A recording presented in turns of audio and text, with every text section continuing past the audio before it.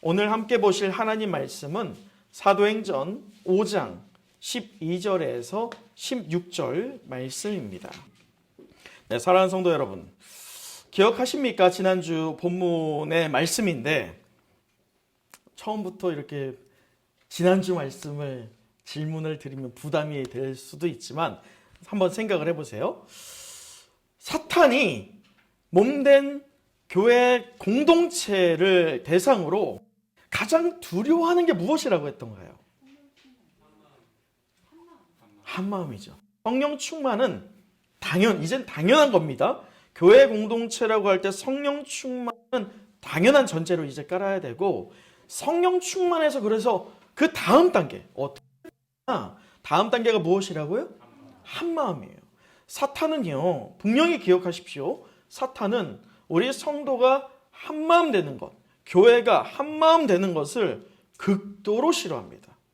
그래서 어떻게 하든지 한마음 되지 않게끔 방해하는 게 대적 사탄이요, 또 사탄이 지배하는 세상임을 우리는 잊지 말아야 한다는 것이죠. 예나 지금이나 우리 성도와 교회가 한마음과 한뜻 되는 것을 사탄은 극도로 싫어했는데, 우리 2021년 비록 코로나를 마주하고 있지만 우리가 이것을 성령 충만으로 오히려 극복하여서 한마음과 한뜻 이루는 우리 은성교회 되길 간절히 소망합니다. 여러분, 초대교회가 지난주 본문에서 우리가 접했지만 처음에 시련이라는 것을 지난주에 겪었습니다. 사도행전 5장 초두에서 말이죠. 그것이 어떤 사건이었습니까? 아나니아와 삽비라 사건이었어요. 우리가 분명히 말씀을 나눈 것처럼 아나니아와 삽비라도 초대교회의 멤버였습니다. 구성원이었어요. 그렇다면 그들 역시나 한마음 한뜻이었다 아니었다? 한마음 한뜻이었어요. 한마음 한뜻이었고 성령의 충만함을 경험했고, 또 오순절날 어쩌면 방언을 했을 수도 있는 그런 사람들이 아나니아와 삽비라였습니다. 그런데 이 아나니아와 삽비라가 특별해서 그들만이냐? 아니, 오히려 그들이 대표성을 띄어서 누굴 대신해서 먼저 죽었다? 나를 대신해서, 우리 공동체를 대신해서 죽었을 뿐이지 그가 바로 나다. 그가 바로 우리 공동체다. 우리는 이것을 항상 거울을 비춰보면서 체크를 해봐야 될 것인데요. 여러분, 이를 통해서 우리가 깨달아야 할 것이 하나가 있다면, 거짓과 속이는 영을 불어넣어서 사탄은 교묘하고도 아주 지능적인 시험으로 성도와 교회를 넘어뜨리려 한다는 것입니다. 그렇기에 그 다음 목표, 초대교회에게도 그랬고 우리 선대들에게도 그랬고, 그 다음 목표가 누가 될 수 있습니까? 내가 될 수 있다는 것을 우리는 항상 각인해야 된다는 것이죠. 그러므로 이 사탄의 교묘하고도 지능적인 시험 앞에 저와 여러분은 분명하고도 선명한 기준을 가지고 있어야 됩니다. 여러분, 분명하고도 선명한 기준이 있다라고 한다면 성도에게 그것이 무엇이어야 할까요? 바로 하나님의 말씀입니다.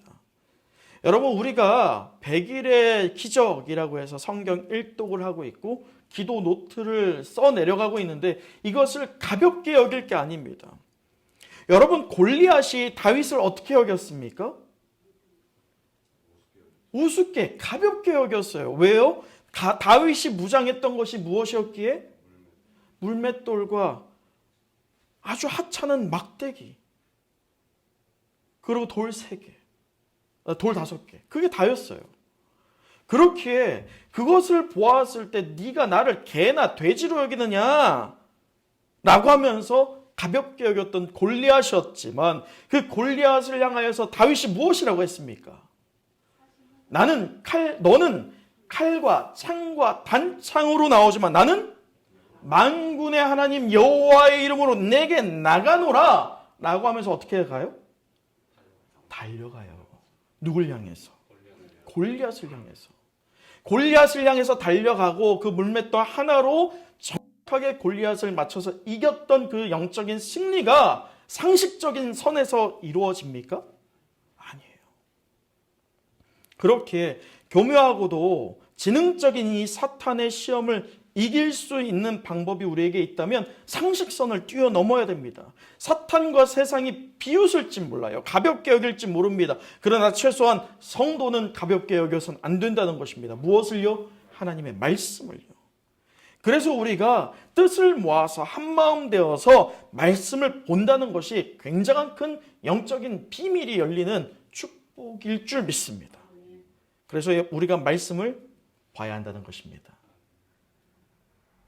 혹시 온라인 예배를 드리는 분들을 포함해서 이 자리에 계신 분들, 아직 성경을 피지도 않았다. 이제 어떻게 하시면 되지요? 늦었어요? 안 늦었어요? 안 늦었어요. 바로 그것을 깨달음을 주시는 그 성령의 노크, 두드림에 반응하시면 됩니다. 반응만 했을 때 분명한 우리의 삶에 기적이 일어날 줄 믿습니다. 네, 오늘 본문을 우리가 이제 들어가기 전에 한 가지 해결해야 할, 답을 찾아야 할 문제 하나가 있습니다. 굳이 저는 말씀을 이어가면서 굳이 하나님이 굳이 왜 이렇게까지 하셨을까라는 본문이 있는데 바로 이거예요. 11절 같이 한번 읽어볼까요? 5장 11절이에요. 우리 한번 같이 읽어보도록 하죠. 시작. 온 교회와 이 일을 듣는 사람들이 다 크게 두려워하며. 여러분, 아나니아와 삽비라 그들로 말미암아 이 사건은 11절에서 밝히듯이 초대교회 성도들뿐만 아니라 그 뭇 사람들에게 큰 충격을 주었던 사건임에 분명합니다. 그렇다면 왜 하나님이 이렇게 충격적이고 끔찍한 사건을 허락하셨을까요? 굳이 말이죠. 다 크게 두려워했다라고 할 정도로 왜 하나님은 공포를 조성했을까요? 그게 마치 너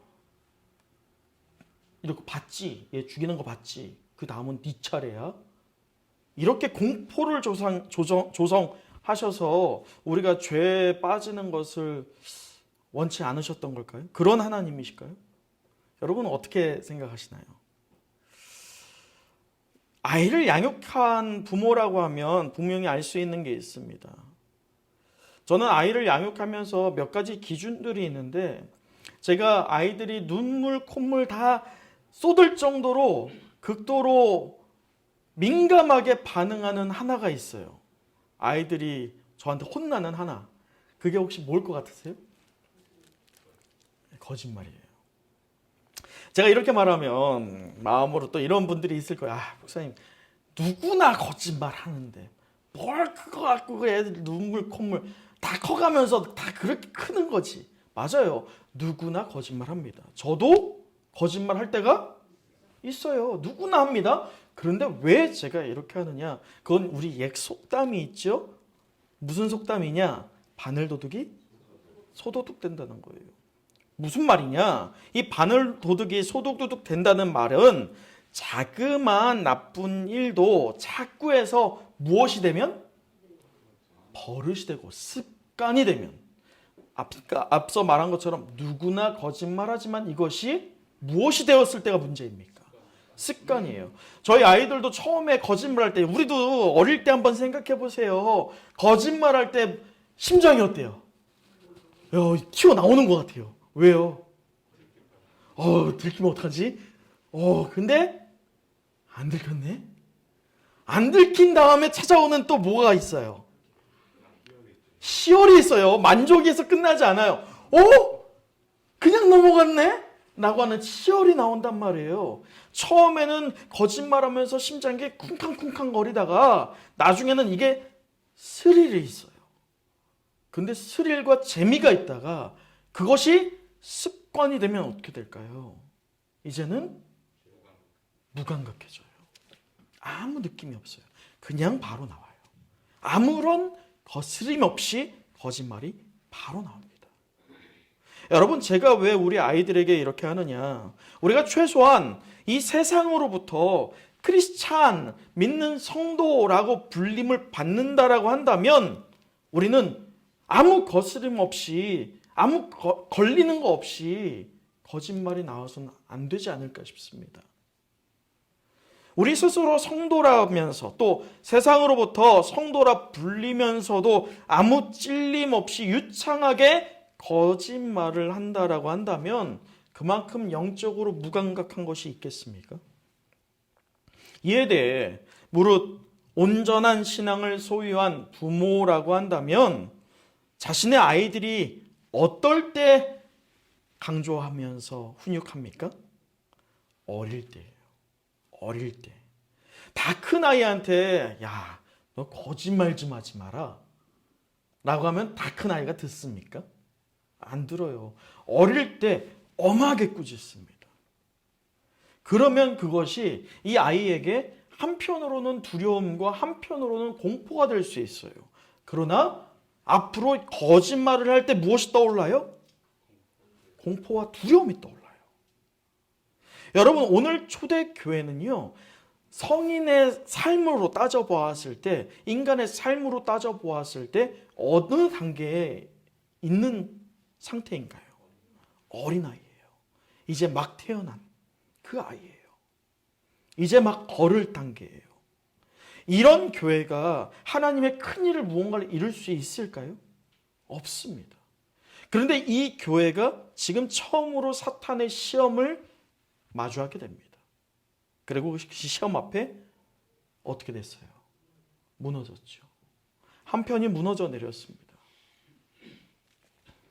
하나님 앞에서는요, 하나님께서는 이 사건을, 초대교회가 당면한 이 사건을 보면서 하나님께는 굉장한 심각한 문제였을 거예요. 왜냐하면 내가 키우고 내가 이제 양육하는 이 초대교회 어린아이 같은 아이들이 현재 누구에게 졌어요? 사탄에게 졌다는 게 결코 가볍게 여길 문제가 아니었다는 것이죠. 다시 반복하지 않기를 원하심으로, 그래서 이 죄의 문제에 대해서만큼은 엄하게 다스렸습니다. 단호하게 반응하셨죠. 사랑하는 은성교회 성도 여러분, 성도와 교회로서 저와 여러분이 두려워해야 할 대상이 있다면 그것이 누구여야 할까요? 세상인가요? 사람인가요? 코로나를 마주한 상황인가요?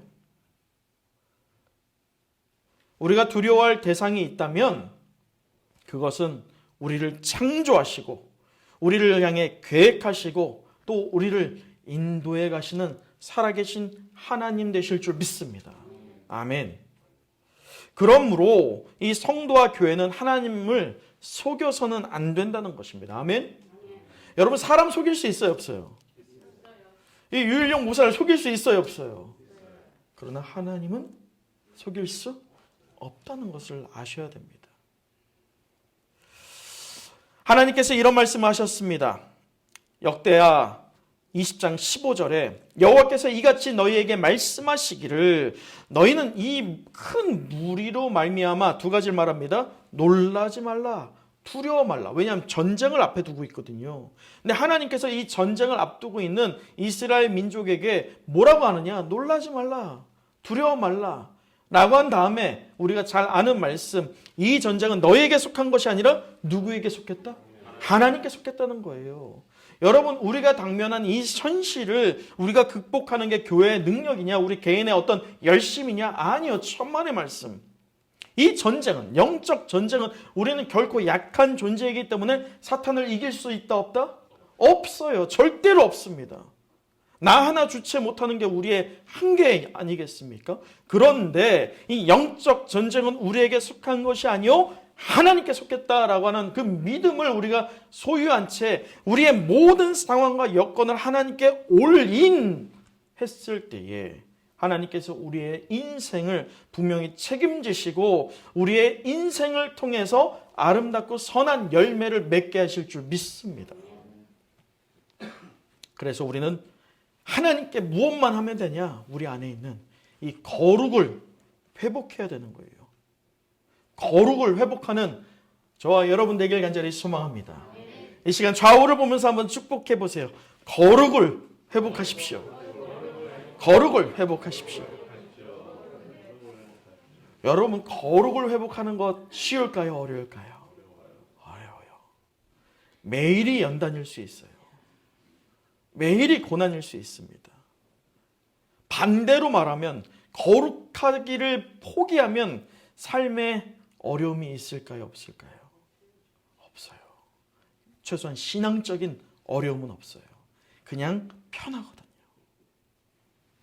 여러분, 오늘 거룩함을 회복한 이스라엘 이 초대 교회가 다시 한번 하나님이 부어주시는 강력한 영적인 힘을 소유하게 됩니다. 우리 지난주 말씀 기억하시죠? 이스라엘 초대교회가 오늘뿐만이 아니에요. 앞으로도 계속됩니다. 사도행전에서는 말이죠. 어떻게 해요? 이거. 성령 충만해서 한마음 되었을 때 그 정점에 이를 때 사탄이 어떻게 할까요? 시험합니다. 교묘하고 지능적으로 다가와요. 거기에서 넘어져서 다시 저 밑으로 추락하게 됐을 때에 이젠 다 모르겠다. 그 상태가 아니라 추락하게 된 그 상태에 우리의 입술을 통해서 무엇을 하길 원할까요? 여러분, 영적으로 가장 저 밑바닥에 추락할 때 하나님께 부르짖는 기도가 나올 것 같으세요? 아니에요. 그냥 신음소리 같은 한마디가 나옵니다. 주여, 주여.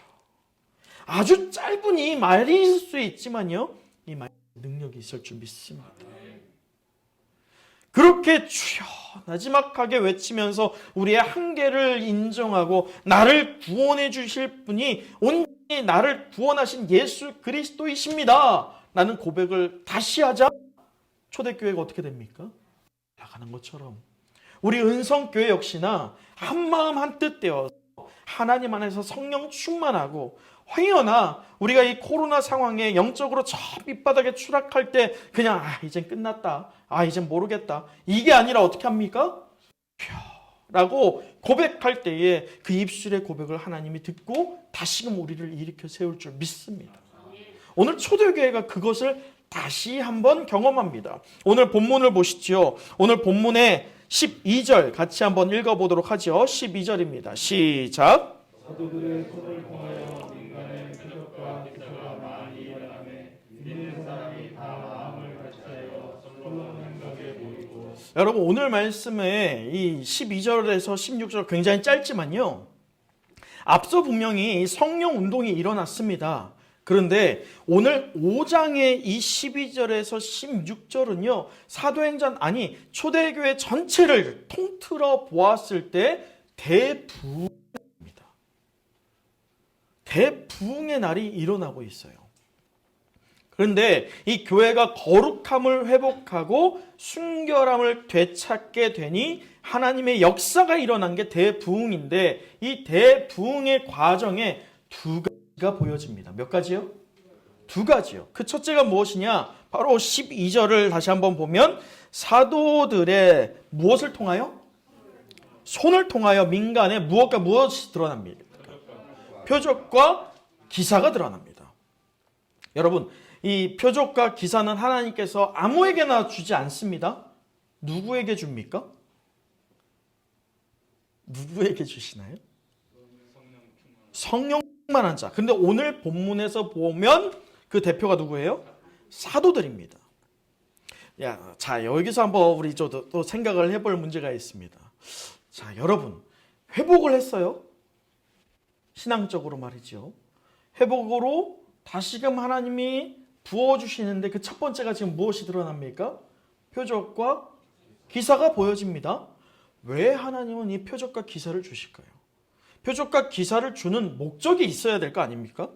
하나님이 우리에게 좋은 것을 주신다라고 한다면 분명한 그에 따른 목적이 있어야 됩니다. 여러분, 표적과 기사를 하나님께서 우리에게 왜 주실까요? 말씀을 우리가 계속 보면 이렇습니다.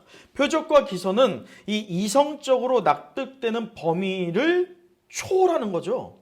소위 제가 그냥 마음 먹어서 여기서 할 수 있고 저를 따라서 여러분도 할 수 있는 것이 표적과 기사입니까? 아니에요. 표적과 기사를 우리가 체험할 수도 있고 또 표적과 기사를 행할 수도 있지만 반대로 표적과 기사를 경험 못할 수도 있고 표적과 기사를 행하지 못할 수도 있어요. 그러나 분명한 것은 표적과 기사를 하나님께서 우리에게 주신다는 건데 왜 표적과 기사를 주느냐 이거죠. 자, 여러분, 예수님께서 표적과 기사를 행하셨습니다. 여러분이 알만한 표적과 기사가 뭐가 있습니까? 대표적인 거 따져보면 오병이요. 예, 오병이요. 물고기 몇 개? 몇 마리? 2마리. 떡 5개로 몇 명을 먹었어요. 말이 됩니까? 자, 근데 그것만이 아니죠. 또 예수님 뭐 했습니까? 물을 포도주로 바꿨어요. 근데 포도주가 다 떨어졌지만 이제 물로 포도주까지 만든 거.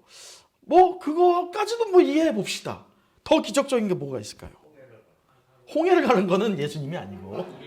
네. 물 위를 걸을 수 있다. 없죠. 그런데 그것도 이 성경을 인정하지 않는 자들은 그때 간조되어가지고 갑자기 이게 썰물이 돼서 길이 나서 예수님 걸었다. 이렇게 표현하는 분들도 있습니다. 그러면 그것까지도 그렇게 쳐보자고요. 근데 더 기적적인 걸 한번 찾아볼까요? 예수님이 무엇을 했습니까? 병을 고치고 죽은 나사로를 살려냈습니다. 어떻게 해요? 말씀으로. 나사로야, 일어나라. 달리다 굼.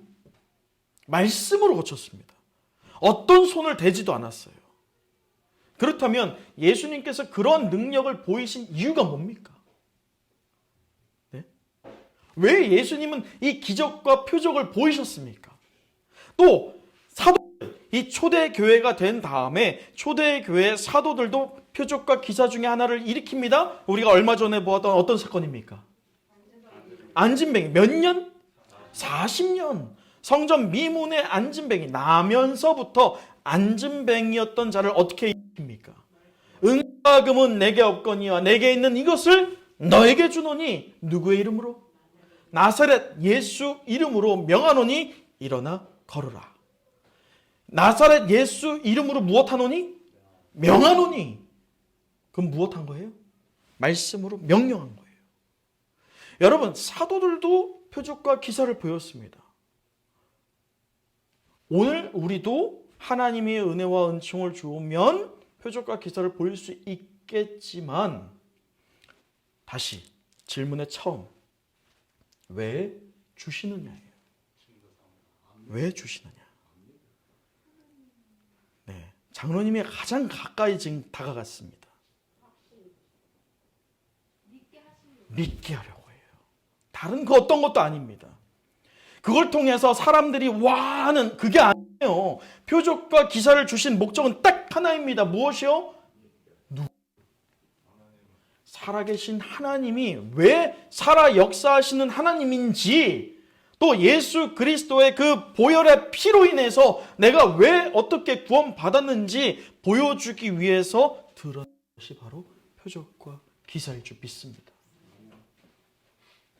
여러분, 그렇기에 우리에게 예수의 흔적이 있는지를 찾아봐야 돼요. 이 표적과 기사는 한편으로는 예수의 흔적이에요. 이 스티그마타라고 하는 말입니다. 스티그마, 이게 뭐냐면 이전에도 제가 말씀을 드렸지만 소에 미국에서 소들을 키울 때 소가 얼마나 많아요? 엉덩이에 뭘 찍습니까? 지장을 왜 찍어요? 내 거다 이거예요. 그 스티그마타가 뭐냐면 예수 그리스도가 우리에게 찍어 놓는 거예요. 누구 거다? 너는 내 거야. 이거예요. 예수의 흔적이 무엇이냐? 예수님께서 그 표적과 기사, 우리가 생각하는 표적과 기사, 어떤 기적적인 거, 상식을 뛰어넘는 거, 그게 아니라 오늘 우리에게 있어서 표적과 기사가 있다라고 한다면, 그것이 우리에게 체험되었다라고 한다면 그것이 무엇이겠습니까? 믿음이에요. 예수님께서 너는 내 것이야. 내가 지명하여 불렀나니 너는 내 것이라 라고 하는 그것이 바로 예수의 흔적이 되길 간절히 소망합니다. 그 표적과 기사를 우리는 드러내야 됩니다. 내게 얼마나 큰 은혜를 부어주셨고 나를 통해서 나의 가족의 구성원들, 또 내가 맺고 있는 관계 안에서 사람들, 하나님께서 나를 사용하신 것처럼 나를 통해서 너에게 전할 때 하나님이 누구도 사용하신다? 너도 사용할 거야. 그것이 바로 우리가 이 시대에 드러내야 할 표적과 기사일 줄 믿습니다. 여러분, 한 마음이 되었잖아요.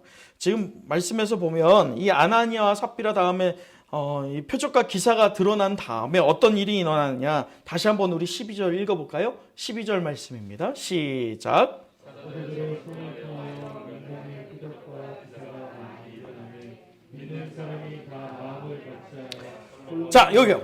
믿는 사람들이 다 같이 했어요. 무엇으로요? 자, 여러분 이거 또 나오죠? 이거 계속 나온다니까요. 이렇게 하니까 무슨 춤 같네요. 네. 자, 여기에서 다시 올라가는 그 정점으로 가기 위해서 하나님께서 성령을 다시금 불어넣어 주시는 것뿐만 아니라 표적과 기사를 통해서 그 마음의 담력을 얻음으로 사람들은 어떻게 됐어요? 마음이 하나가 되었어요. 하나가 된 성도, 사탄이 제일 싫어한다고 했죠. 그 표적과 기사를 통해서 드러나게 되니까 하나님이 한 마음을 주는 거예요. 그렇게 우리가 꽁꽁 싸매야 되는 게 아니에요. 이 코로나 시간을 통해서요. 오히려 이 꽁꽁 싸매는 게 아니라 나의 입술을 통해서 내가 복음을 읽는 자리에서 삶 가운데에서 증거해 나갈 때에 하나님이 오히려 그 행위들, 그 모양들을 통해서 우리를 어떻게 만져주신다고요? 어떻게 이루어 주십니까? 한 마음으로 이루게 하실 줄 믿습니다. 그 두 번째가 무엇이냐? 자, 여러분 말씀해서 보세요. 믿는 사람이 다 마음을 같이하여 솔로몬 행각에 뭐였어요? 모였죠. 두 번째가 무엇이 나타나냐면 모이는 열심이 드러납니다. 표적과 기사가 드러나는 것도 있지만 모이는 열심이 드러나요. 여러분, 부흥하는 교회는 이 두 가지가 반드시 필요합니다. 표적과 기사, 즉 예수 그리스도가 누구인지에 대한 진정 우러나오는 신앙의 고백. 그것이 이 안에서만 있는 게 아니라 폭발적으로 외부로 쏟아져 나갈 때. 두 번째가 그로 인하여서 모이는 행위들이 있을 때에 교회는 부흥 안 할 수가 없습니다. 이 부흥은 숫자적인 부흥을 말하는 게 아닙니다. 영적인 부흥이죠. 그런데 오늘 말씀을 보면 좀 모이는데 그 두 가지 부류가 나옵니다. 첫 번째 부류가 뭐냐면 말씀에서 보세요. 12절, 이 12절이 굉장히 중요합니다. 그렇기 때문에 성경에 빨간 줄을 치시고 별표 100개를 해도 됩니다. 왜냐? 우리가 따라야 할 모델이기 때문이에요. 근데 12절에 보면 그 첫 번째 부류가 어떤 부류가 됩니까? 뭐라고 있어요? 12절에? 저만 지금 말씀 보는 거 아니죠? 자, 12절 보면 어떤 부류가 됩니까? 자, 예? 믿는 사람의 무리죠. 믿는 사람의 무리. 그 두 번째 무리가 13절이에요. 뭐라고 표현해요? 그 나머지 두 가지예요. 믿는 사람의 무리와 그 나머지로 분류가 됩니다. 근데 오늘 이 믿는 사람의 무리가 어디에 모이고 있습니까? 이 솔로몬 행각은요, 사실 이스라엘 사람들이 흔하게 모이는 장소입니다. 이곳은요, 지붕하고 기둥만 있어요. 그래서 벽이 없는 복도식이어서 많은 사람이 한 자리에 들어올 수 있는 공간입니다. 그래서 많은 사람들이 여기에서 모여서 담소를 나누기도 하고 말씀으로 강론을 하기도 하고 집회를 열기도 했던 장소가 솔로몬 행각이었습니다. 근데 우리 솔로몬 행각 어디에서 들어봤습니까? 솔로몬 행각 이전에 등장했어요? 어디에서 등장했었습니까? 사도행전 2장을 보시죠. 3장 11절입니다. 사도행전 3장 11절 제가 읽어드리면 이렇습니다. 나은 사람이 베드로와 요한을 붙잡으니 모든 백성이 크게 놀라며 달려나가 어디에 모여요? 자, 이 솔로몬 행각에서 베드로가 두 번째 무엇을 했어요? 설교를 했었죠. 이제 기억하십니까? 두 번째 설교를 한 결과가 어떻게 됐어요? 결과는 그렇게 변했지만 과정에서 솔로몬 행각에 모이는 사람들을 대상으로 내 말을 들으라고 하면서 이 베드로가 선포합니다. 두 번째 설교로요. 예수 그리스도가 누군지를 다시 한번 선포합니다. 그 결과로 어떻게 됩니까? 어디 끌려갑니까? 공회 앞에 끌려. 여러분, 공회 앞에 끌려가게 되었던 가장 영향을 미쳤던 장소가 어디예요? 솔로몬 행각이에요. 이곳에 모인다는 것은 소위 목숨을 내놓고 모이는 거예요. 이곳에 초대교회 성도들이 달려 나온다는 것은 소위 있을 수 없는 일입니다. 근데 이들이 두려운 사람, 두려운 대상, 두려운 환경 다 초월하고 두려운 누굴 인정한 겁니까? 하나님을 인정한 거예요. 하나님 진정 나에게 두려운 존재이지 그 어떤 인간사의 대상들이 내게 두려운 존재가 될 수 없다라는 것을 인정하니 그들이 담대함으로 솔로몬 행각에 나와 하나님을 찬양하게 되죠. 여러분, 이 믿는 사람의 무리가 이 공공장소인 솔로몬 행각의 대낮에 있습니다. 이들이 이럴 수 있었던 것은 예수님께서 마태복음 10장 28절에 이렇게 말씀하셨어요. 몸을 죽여도 영혼을 능히 죽이지 못하는 자들을 무엇하지 말고? 두려워하지 말고 오직 몸과 영혼을 능히 지옥에 멸할 수 있는 자를 무엇하라? 두려워하라. 결국 이들은 자신들이 정말 두려워야 할 대상이 하나님이기에 하나님이 나와 함께 하신다라고 한다면 행여 내가 죽음을 당한다 할지라도 내게 말하게 한 것을 내가 보고 들은 바를 어찌 말하지 않으랴 라고 하는 신앙을 소유하게 된 겁니다. 이게 지금 누구하고 똑같습니까? 베드로와 똑같은 신앙을 소유하게 된 거예요. 그래서 솔로몬 행각에 나올 수 있었던 것이죠.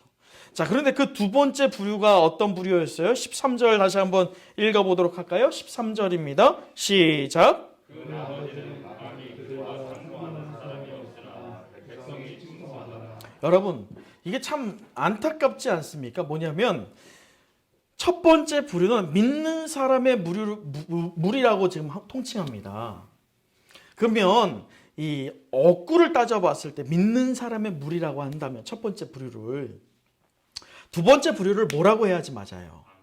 안 믿는 사람의 부류라고 해야 되잖아요. 근데 성경은 지금 누가는 의도를 하고 지금 뭐라고 표현합니까? 그 나머지. 여러분, 표현 방식이 너무 엄중해요. 믿는 사람들은 하나님께서 분명하게 인정하십니다. 그러나 그 믿음이 연약하여 모이기를 거부하는 자들, 그리고 믿음을 아예 거부하여서 믿기를 싫어하는 자들, 그들을 안 믿는 자들이라고 통칭하지 않아요. 뭐라고 해요? 여러분, 가장 기분 나쁜 게 뭐예요? 저 학교에서 그랬어요. 이 분단으로 나누잖아요. 예전에는 분단으로 하잖아요. 자, 1분단, 2분단, 자, 박수 막 하고 뭐 칭찬해요. 그 나머지 박수 하면 저는 1분단, 2분단에 속했을까요? 전 나머지였거든. 나머지 되는 내가 나머지라고 들으면 기분이 어때요? 그거 되게 안 좋거든요. 근데 그 나머지래. 하나님은 인정을 안 하는 거예요. 근데 그 나머지가 어떻게 표현하고 있습니까? 13절을 보면 이렇게 또 표현하죠. 그 나머지는 감히 그들과 무엇하지 않습니까? 여러분, 왜 상종하잖아요. 우리 이런 말 하죠. 내가 너하고 상종하나 봐라. 그러면 안 돼요. 상종하나 봐라. 이거 뭔 말이에요? 안 보겠다는 거예요. 내가 가까이 가겠다는 거예요? 접근 안 하겠다는 거예요. 차단시키겠다는 거예요. 여러분, 요즘에 좀 멀티미디어에서 좀 안 좋은 게 카톡도 차단 기능이 있는 거 혹시 아세요? 전 최근에 알았는데 이 차단을 하면 제가 보낸 걸 안 보는 것뿐만 아니라 저 사람의 어떤 프로필이 이것도 전혀 안 보이더라고요. 전 최근에 알았거든요. 차단당하면 기분이 좋아요, 안 좋아요? 안 좋겠죠? 지금 이들이 무엇한 거예요? 차단한 거예요. 난 싫어. 상종 안 해. 왜 그랬을까요? 뭐가 두려울까요? 분명히 저 무리에 들어가면 기승전결이 있잖아요. 모든 사건엔 기승전결이 있고 이 전후 좌우를 보면서 연계작용이 있어요. 초대교회의 기승전결을 내다보았을 때에 저들이 지금 모였네? 좋겠다. 여기서 끝입니까? 또 죽겠네. 이게 나오는 거예요. 충분히 이성적인 사고를 할 수 있는 사람이면 예측할 수 있는 게 초대교회의 앞날이었습니다. 계속 2단계잖아요. 2단계는 신앙적으로 2단계일 수도 있지만 세상과 우리가 맞부딪히는 환경도 똑같습니다. 우리가 영적으로 확 좋을 때 세상이 좋아합니까? 안 좋아해요. 사탄이 안 좋아하듯 세상도 안 좋아합니다. 확 떨어질 때 우리가 신앙적으로 확 떨어질 때 세상이 우리를 공격합니까? 할 필요가 없거든요. 안 합니다. 오늘 이 초대교회 나머지 부류가 상종도 하지 않은 이유는 이성적으로 보면 납득이 돼요. 이 초대교회가 또 한 번 모였네? 모였으니 또 뭘 당할 거야? 환난과 멸시와 고난을 당할 거야. 이게 충분히 예측이 가능했거든요. 여러분, 적당한 선을 유지하고 더 다가가지 않은 부류가 나머지 부류였습니다. 그들은 신앙은 전혀 성장하지 않았어요. 사탄과 또 사탄이 지배하는 세상을 이기는 어떤 능력도 하나도 드러나지 않았습니다. 이러한 영적 원리는 오늘 우리의 인간사, 우리의 신앙생활에도 똑같이 적용될 수 있습니다. 울며 씨를 뿌리러 나가는 자는 반드시 무엇으로 소출을 거둡니까? 기쁨으로 거둡니다. 신앙도 똑같아요. 울며 씨앗을 뿌려야 돼요. 웃으면서 씨앗을 뿌리면 얼마나 좋겠습니까? 웃으면서 뿌리고 웃으면서 거두면 얼마나 좋아요. 근데 성경은 그렇게 말하지 않는다니까요. 우리가 복음을 전할 때 무엇으로 뿌리라고 합니까? 눈물로 뿌리라는 거예요. 쉽지 않아요. 녹록지 않아요. 그러나 분명한 건 약속해 주십니다. 환난과 멸시가 있겠지만 그것 능히 압도하고도 넘칠 수 있는 하나님이 무엇을 우리에게 주신다? 은혜를 주신다. 하나님의 평안을 주신다는 거예요. 그렇기에 하나님이 약속한 반드시 기쁨으로 그 곡식을 거둘 거야 라고 하는 소망을 부여잡는 우리 은성의 모든 영가족 되길 간절히 소망합니다. 말씀을 마치겠습니다. 오늘 은성교회에 속한 가정과 개인에게 적용하면서 위기를 축복으로 바꾸시는 하나님이라는 제목으로 말씀을 나눴습니다. 우리 마지막으로 16절 함께 읽어보도록 하죠. 16절입니다. 시작. 예루살렘 부근에 수많은 사람들도 모여 병든 사람과 더러운 귀신에게 구원받는 사람을 데리고 와서 다 나음을 얻으며. 다 무엇을 얻었어요? 다 무엇을 얻었어요? 할렐루야. 우리 은성에 속한 모든 영가족들도 하나님 앞에 나아옴으로 다 치유받기를 원합니다. 육의 곤욕도 또 영적인 곤욕도 정신적으로나 관계적인 곤욕도 하나님께서 다 걷어가실 줄 믿습니다. 하나님께서 분명히 우리를 그렇게 역사하실 것, 믿음의 이 능력의 말씀으로 오늘와 회복의 역사가 일어나기를 간절히 축원합니다. 위기를 축복으로 바꾸시는 살아 역사하시는 하나님과 동행하는 축복의 인생들 되시기를 간절히 축원합니다. 우리들 성도들의 삶과 교회에 어떻게 하면 이 원형적인 복음의 능력을 회복할 수 있을지, 또 그러기 위해서 무엇을 적용해야 할지 우리가 초대교회의 이 원형을 보면서 우리에게 적용해 보고 있습니다. 하나님과 합한 교회, 생수의 강이 흘러 넘쳐 이 삶의 자리를 변화시키는 성도와 교회가 되기 위해서 오늘 여러분들이 결단하기를 간절히 소망합니다. 이 마지막 때에 나의 신앙이 회복되고 나를 통해서 교회의 본질이 회복되기를 사모하는 예배자 되기를 결단하기를 소망합니다. 그러한 무리가 바로 우리 은혜와 성령이 함께하는 은성교회 되길 간절히 간구합니다. 기도합니다.